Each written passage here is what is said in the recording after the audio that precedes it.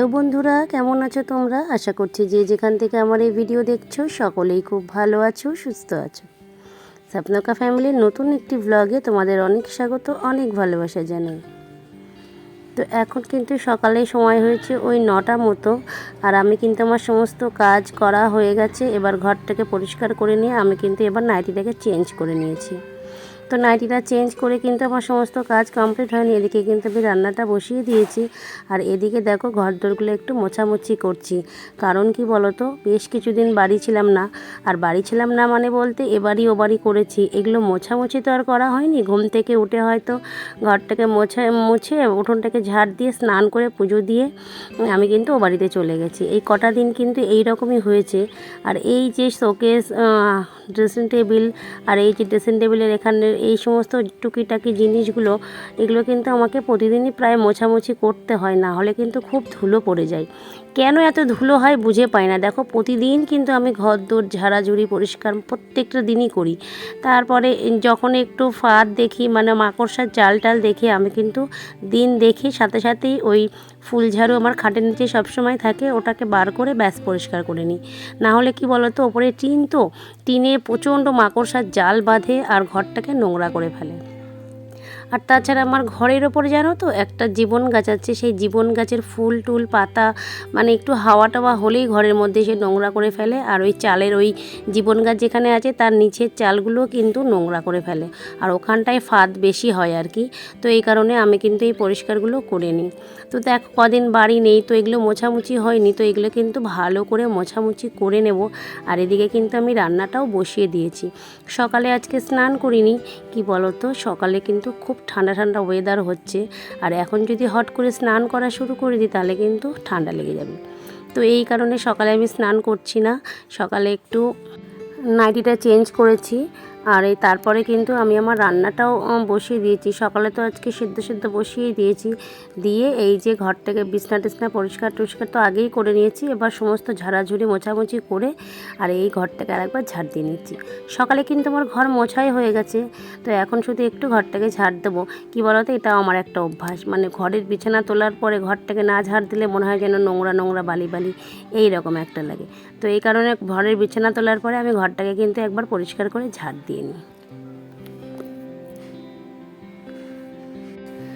আর এদিকে ঈশানের বাবা কিন্তু গেছে বাজারে। কি বলতো, প্রায় সপ্তাহখানে বাড়ি নেই, তো ফ্রিজে সবজি কিছুই নেই, তো বাজারে পাঠিয়েছি একটু সবজি আনতে। আর এখন শীত পড়েছে, মানে বাজারে কিন্তু অনেক রকম সবজি উঠে গেছে, তো ওই জন্য ওকে একটু বাজারে পাঠিয়েছি। ও আসলেই কিন্তু আমি দুপুরের জন্য রান্নাবান্না শুরু করে দেবো। আর ঈশান গেছে স্কুলে, ঈশানকে সকালে স্কুলে পাঠিয়েছি, তার সাথে কিন্তু আমার পড়ানোও ছিল আজকে, সেই পড়ানোটাও কিন্তু আমি কমপ্লিট করে নিয়েছি। নিয়ে এই ঘরের এই কাজগুলো করতে আমি চলে এসেছি। কি বলতো, রান্নাটা শুরু করে দিলে আমি আবার এই কাজগুলো আবার করতে পারবো না, আর তখন স্নান করতে করতে আমার কিন্তু অনেকটা দেরি হয়ে যাবে। আর এই ছোটোবেলা হয়ে সত্যি কথা বলতে কাজ করে একটা সময়ও এগোতে পারছি না।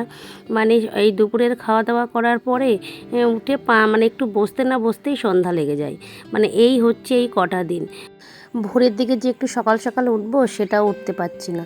কি বলতো, এখন ছেলের পরীক্ষা সামনে, তো ওকে পড়াতে পড়াতে কিন্তু অনেকটা রাত হয়ে যায়, যার জন্য না সকালে আর উঠতে পারছি না। ওই উঠতে উঠতে 6:30 বেজে যাচ্ছে, আর তখন থেকেই ছেলের স্কুলে যাওয়ার জোগাড় জানতি। তো দেখো এদিকে আমার বাজার করে নিয়ে ঈশানের বাবা চলে এসছে, আজকে কিন্তু অনেক সবজি নিয়ে এসছে। তো এই ফুলকপিগুলোর ডাঁটিগুলো আমি ভেঙে রাখছি, এই ডাঁটি চচ্চড়ি খেতে না আমার ভীষণ ভালো লাগে। তোমাদের কার কার পছন্দ হয় আমাকে অবশ্যই কমেন্ট করে জানিও। তো আজকে কিন্তু করব না, আমি এগুলো সব কেটে গুছিয়ে রেখে দেবো। আর এই মূলোর শাকগুলো রেখে দেবো, কেন কি বলো তো, মূলোর শাক খেতে কিন্তু ঈশানের বাবা ভীষণ পছন্দ করে। ও মূলো অতটা ভালোবাসে না, শুধু এই শাকের জন্যই কিন্তু মূলো কিনে নিয়ে আসে। তো এই কারণে এই মূলের শাকগুলো আমি রেখে দেবো। আর এদিকে দেখো টমেটো শসা অনেক কিছুই বাজার করে নিয়ে এসেছে আজকে।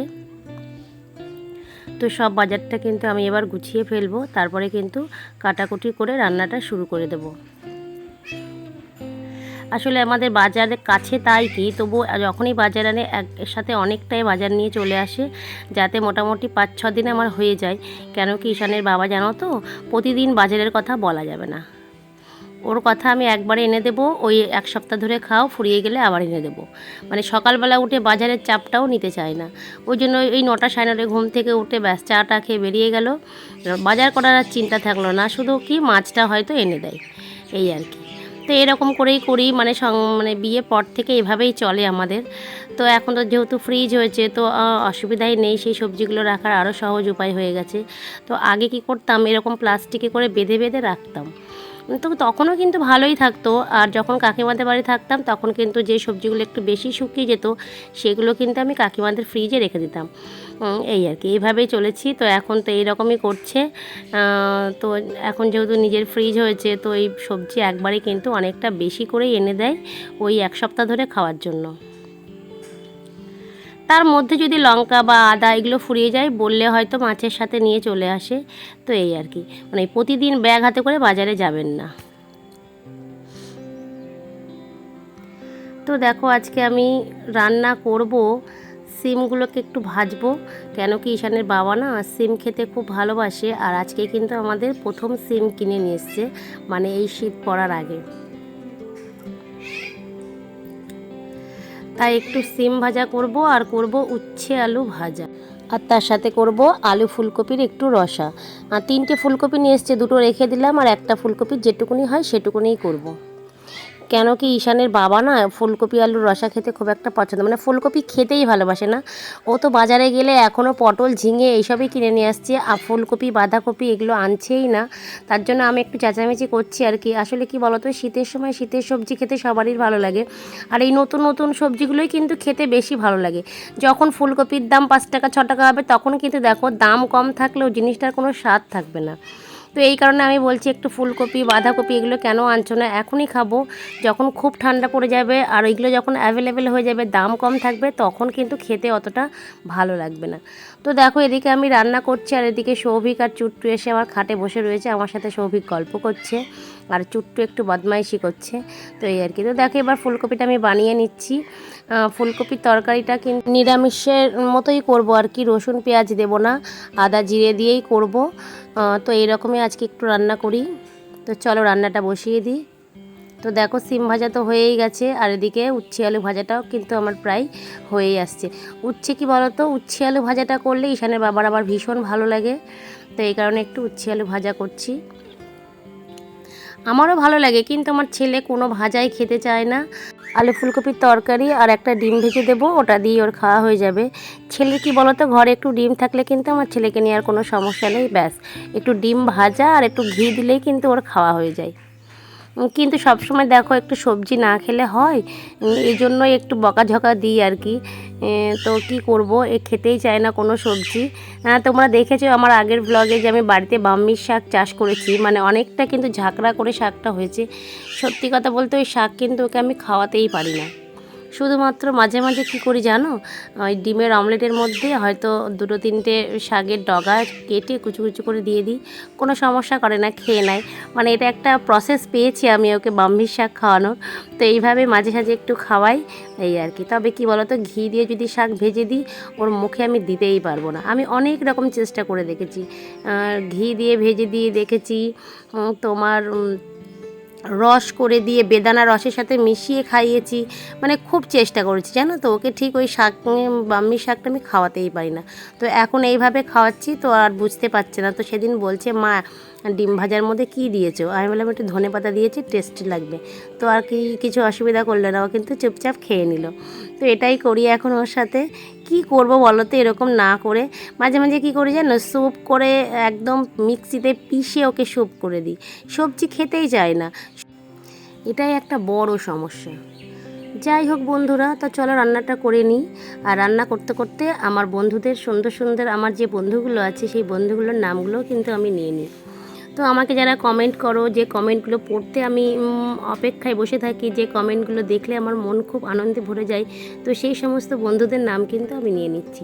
সুমনা দে, সোনালি সাহা, কুছ তো পাক রাহা হে, Savannah blogs, NS Bengali blog, Mirza blog, Tumpa lifestyle, my Dola Biswas, Rimi Sujit, Andaman village life, Asha cook book for you, এছাড়াও আমার কিন্তু আরও অনেক বন্ধুরা আছো, প্রত্যেকের নাম আমি আর নিতে পারলাম না। তো আগের ভিডিও যারা আমাকে কমেন্ট করেছিল আমি তাদের নামটাই নিলাম শুধুমাত্র। এছাড়াও কিন্তু আমার অনেক বন্ধু আছো, তোমাদেরকেও অসংখ্য ধন্যবাদ। তোমাদের নাম নিলাম না বলে তোমরা কিছু মনে করো না, কিন্তু নেক্সট ভিডিওতে নিশ্চয়ই নেব প্রত্যেকের নাম। তো সকলকে কিন্তু অনেক ধন্যবাদ জানাচ্ছি। তোমাদের সুন্দর সুন্দর কমেন্ট পেয়ে কিন্তু আমার ভীষণ ভালো লাগে, আমি খুব আনন্দিত বোধ করি, আর আমাকে ভিডিও বানাতে অনেকটাই মোটিভেট করে। তো তোমরা এইভাবেই আমার পাশে থেকো, আমাকে সাপোর্ট করে যেও, আর আমার ভিডিও দেখে অবশ্যই আমাকে গঠনমূলক কমেন্ট করো, ঠিক আছে? তো দেখো আবার এদিকে তরকারিটা আমি কষিয়ে নিচ্ছি। এর মধ্যে একটু টমেটোও দিলাম, টমেটো দিলে কিন্তু তরকারির স্বাদ একটু অন্যরকম লাগে, তাই না? তো এদিকে তরকারিটা হয়ে গেলেই কিন্তু আমার রান্না মোটামুটি কমপ্লিট হয়ে যাবে। আজকে কিন্তু আমি ভাতটা আগেই বসিয়ে দিয়েছিলাম, অন্যান্য দিন কি করি তরকারিটা করে নিয়ে ভাতটা বসাই, আজকে কিন্তু ভাতটা আগেই বসিয়ে দিয়েছি। কি বলতো, এখন তো একটু ঠান্ডা ঠান্ডা পড়েছে, ভাত নিয়ে কিন্তু আর কোনো চিন্তা নেই, হাঁড়ির মধ্যে ভাতটা না সন্ধ্যা অবধি গরমই থাকে। কি বলো তো, এখন তো ছেলের সামনে পরীক্ষা, সন্ধ্যা থেকে ওকে নিয়ে একটু পড়াতে বসতে হয়, তাই রাতে রান্নার ঝামেলায় আমি থাকি না। ওই ভাতটা একবারে করে নিলাম, ওই ভাতটা কিন্তু রাতে আমরা খেয়ে নেব, আর যখন খুব ঠান্ডা পড়বে তখন কিন্তু ভাতটাকে একটু গরম করে নেব, এটাই করি। আর রুটি 2-1 দিন হয়, কেন কি যেদিনকে ভাত একটু কম থাকে সেদিনকে হয়তো আমি আমার জন্য বা ছেলের জন্য একটু রুটি করে নিই। আর ঈশানের বাবা তো রুটি খায় না, ও তো ভাতই খাবে, তো এই কারণে ভাতটা কিন্তু আমি একবারেই করে নিই। তো ভিডিওর মাঝখানে আমি আবারও বলছি, আমার সকল বন্ধুকে যারা আমার ভিডিও দেখছো তারা অবশ্যই আমাকে কমেন্ট তো করছো, তার সাথে কিন্তু অবশ্যই একটা লাইক করে দিও। কি বলো তো, আমার ভিউজের সাথে লাইক কিন্তু অনেকটা পরিমাণে কম, তোমরা প্লিজ ভিডিও দেখে একটু লাইক করে দিও। তো দেখো আমি কিন্তু রান্নাবান্না করে স্নান করে পুজোটা দিয়ে নিয়েছি। তো পুজোটা দিয়ে কয়েকটা জামা কাপড় ছিল, সে কটাই এখন ভাঁজ করে নেব। আর আজকে মাথাটা একটু শ্যাম্পু করেছি, তার জন্য চুলটা ছেড়ে দিয়েছি।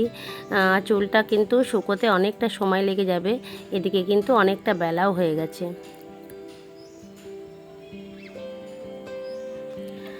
তো এই জামা কাপড়গুলো আমি ভাঁজ করে নেব, ব্যাস এই কাজ। এবার দুপুরের খাওয়া দাওয়াটা করে নিলে কিন্তু আর কোনো কাজ থাকে না। এবার খাওয়া দাওয়া করে উঠতে উঠতেই দেখবো সন্ধ্যা হয়ে গেছে, তারপরে আবার সন্ধ্যা দেওয়ার জন্য তোড়জোড় করতে হবে। মানে আগে যেমন বিকালে 1-2 ঘন্টা ঘুমাতে পারতাম, সেই সময়টা কিন্তু আর পাচ্ছি না। ছেলেকে পড়তে পাঠিয়ে আগে কিন্তু 2 ঘন্টা সময় পেতাম, সেই 2 ঘন্টা একটু রেস্ট নিতাম বা ভিডিও এডিটিংয়ের কাজটা করতাম, সেই সময়টা কিন্তু আর পাচ্ছি না। এদিকে ছেলে 4:30 থেকে পড়া হয়ে গেছে, তারপর পড়ে আস্তে আস্তে মোটামুটি 6:30 এসেই তো আর পড়তে বসবে না, আধা ঘন্টা পরে ওকে নিয়ে আবার পড়াতে বসাতে হচ্ছে। আর তার মধ্যে কি বলতো, 5টা পৌনে 5টায় সন্ধ্যা লেগে যাচ্ছে, তা ঘুমোবো কখন বলো তো? ওকে পড়তে পাঠিয়ে আমি এই সমস্ত টুকিটাকি কাজ করতে করতেই সন্ধ্যা হয়ে যায়। তো আজকে একটু বাগানপাড়ায় যাব ভাবছি, অনেক কদিন যাওয়া হয়নি। তো আমার জায়েরা ফোন করে যাচ্ছে, তো এই কারণে যাব। আমার ভাসুরের মেয়ের বিয়ে ঠিক হয়েছিল, তোমাদেরকে বলেছিলাম। তো ওরই শাশুড়ি খুব অসুস্থ, তো সেই খোঁজ খবরই একটু নিতে যাব। তো আমার বড় যা বাড়ি ছিল না, তো বাড়ি এসছে কালকে, তো আজকে বিকালে এই জন্য একটু যাব ভাবছি। তো ঈশানের ড্রয়িং আছে, ঈশানকে ড্রয়িংয়ে পাঠিয়ে আমি কিন্তু ওখানে যাব।